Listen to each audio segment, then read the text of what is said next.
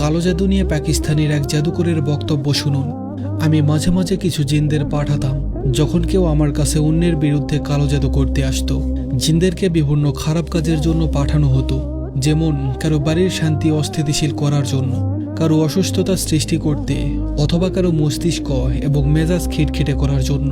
মাঝে মাঝে কারো উপর জিন চালনা করা হলে কখনো কখনো জিনেরা ফিরে এসে আমাকে বলতো যে তারা কাউকে সেখানে দেখতে পায়নি।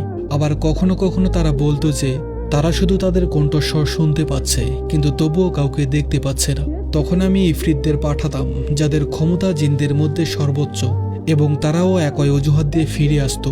এরপর আমি জিনদের আবারও পুনরায় যাদের বিরুদ্ধে তাদেরকে পাঠানো হয়েছিল তাদের নাম, জায়গা, ঠিকানা এবং কোন অবস্থানে আছে সেটা বলি, এবং তারা উত্তর দেয় যে হ্যাঁ, আমরা আপনার বলে দেওয়া জায়গাতেই গিয়েছিলাম, কিন্তু তাদের খুঁজে পাইনি।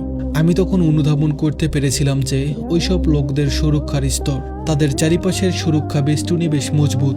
আবার এমন কিছু লোক আছে যাদের আদৌ কোনো সুরক্ষা নেই। এদের কালো জাদু দিয়ে শিকার করা এবং ইচ্ছেমতো কালো জাদুতে আক্রান্ত করা আমার জন্য খুব সহজ। যাদেরকে ইফরিত পর্যন্ত খুঁজে পায় না, সেসব লোকজন কোরআন এবং সালাত দিয়ে তাদের চারপাশে ভালোমতো সুরক্ষা বলয় তৈরি করে রাখে। কিন্তু যখন তারা মাঝে মাঝে তাদের সালাত মিস করে, জিনেরা তাদের দেখতে না পেলেও শুধুমাত্র তাদের কণ্ঠস্বর শুনতে নির্দিষ্ট একটি দূরত্বে থাকে। যাদের প্রকৃত সুরক্ষা আছে, জিনরা তাদের দেখতে পায় না, যাই হোক না কেন। এবং তারপর আমি কোরআনের একটা আয়াত সম্পর্কে বুঝতে পারলাম।